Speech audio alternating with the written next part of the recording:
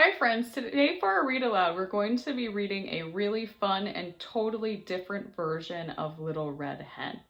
In the other stories we've read, we find out that her friends do not help her and she makes a loaf of bread at the end. As I read, you're going to notice lots and lots of differences today. For our writing today, we're going to do some creative writing based on this book, where you're going to be making a choice about a favorite type of food. So you can start thinking about that as you listen. This book is called The Little Red Hen Makes a Pizza. So right away, you probably have noticed what is going to be the biggest difference in this book. The Little Red Hen Makes a Pizza, retold by Philemon Sturgis, illustrated by Amy Waldrod. The Little Red Hen Makes a Pizza. Really cool picture here. The little red hen had eaten the last slice of her tasty loaf of bread. She'd sipped a cup of chickweed tea and taken her nap. Now she was hungry again. So she scratched through her cupboard and spied a can of tomato sauce. "Why don't I make a lovely little pizza?" she said to herself. She rummaged through her pan drawers. There were bread pans, cake pans, muffin pans, frying pans, all kinds of pans. But not one single pan was large and round and flat. She said, "I need a pizza pan." She stuck her head out the window. "Good morning," she called. "Does anybody have a pizza pan?" "Not I," said the duck. "Not I," said the dog. "Not I," said the cat. "Very well then, I'll fetch one myself," said the little red hen. So she went to the hardware store. She bought a pizza pan, a large mixing bowl, a pizza slicer, and some other stuff. When she got home, she opened the cupboard. She saw beans and rice, sugar and spices, jars of jam, and jars of honey, and even pickled eggplant, but no flour.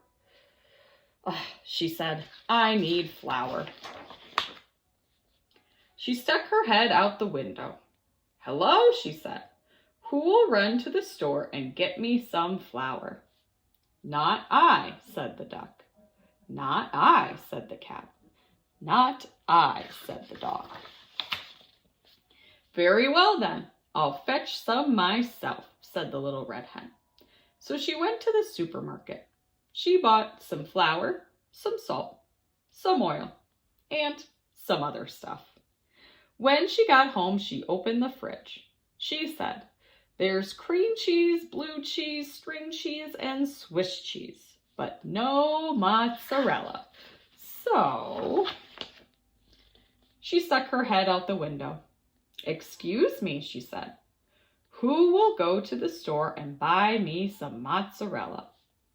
"Not I," said the duck. "Not I," said the dog. "Not I," said the cat. "Very well then, I'll fetch some myself," said the little red hen. So the little red hen went to the delicatessen. She bought some mozzarella, pepperoni, and olives, some mushrooms, onion, and garlic, a can of 8 small anchovies, and some other stuff, but no pickled eggplant. When she got home, the little red hen put on her apron and stuck her head out of the window. "Good afternoon," she said. "Who will help me make some pizza dough?" "Not I," said the duck. "Not I," said the dog. "Not I," said the cat. "Very well then, I'll make it myself," said the little red hen. So she put the flour and some other stuff into her mixing bowl and stirred and mixed and mixed and kneaded and pounded until she had a big ball of pizza dough. After the dough rose, the little red hen rolled it flat and folded it and rolled it again and spun it around her head several times. When the dough was just right, she tossed it way up in the air, one last time for good luck, and put it in her pizza pan. Then she stuck her head out the window. "Excuse me," she said. "Who will help me make the toppings?" "Not I," said the duck. "Not I," said the cat. "Not I," said the dog. "Very well then, I'll make it myself," said the little red hen. So she chopped and grated and sliced. Next, she opened her can of tomato sauce and spread it all over the pizza dough. On top of that, she put some grated mozzarella, some sliced pepperoni, some chopped olives, some mushrooms, some onions and garlic, 8 small anchovies, and some other stuff, but no pickled eggplant. The little red hen looked at her pizza. It looked just right. She put it in the oven and sat down to sip a cup of chickweed tea. Pretty soon a delicious smell drifted from the oven. It filled the room and floated out the window. "My lovely little pizza must be ready," she thought. It was lovely, but it was not little. Oh my. So she stuck her head out the window. "Good evening," she said. "Would anybody like some pizza?" Can you guess what the duck said? Can you guess what the dog said? Can you guess what the cat said? They all said yes, of course. But the cat scraped most of the toppings off of his share. When the pizza was all gone, the little red hen made herself another cup of chickweed tea. Then she asked, "Who will help me do the dishes?"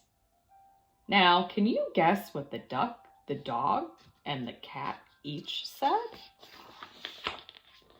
They each said, "I will, I will, I will." And they did. I hope you enjoyed that fun version of The Little Red Hen. For today's creative writing, you're going to be writing about what type of pizza you would make if you made a pizza just like her. It's going to be not quite to the 5, so we'll always draw it back to the 4. If I read this time on the clock, I would read this as 6:45. Now you're going to try one. What would this time be on the analog clock? This one's a little bit tricky. Very good. This would be 3, because we draw it back, 45. Let's try one more since this is a little bit trickier. What would this time be on the analog clock? Very good. This would be 12:45. Excellent. For today's activity, you're going to be matching digital times to our analog clocks. They're all going to be 45.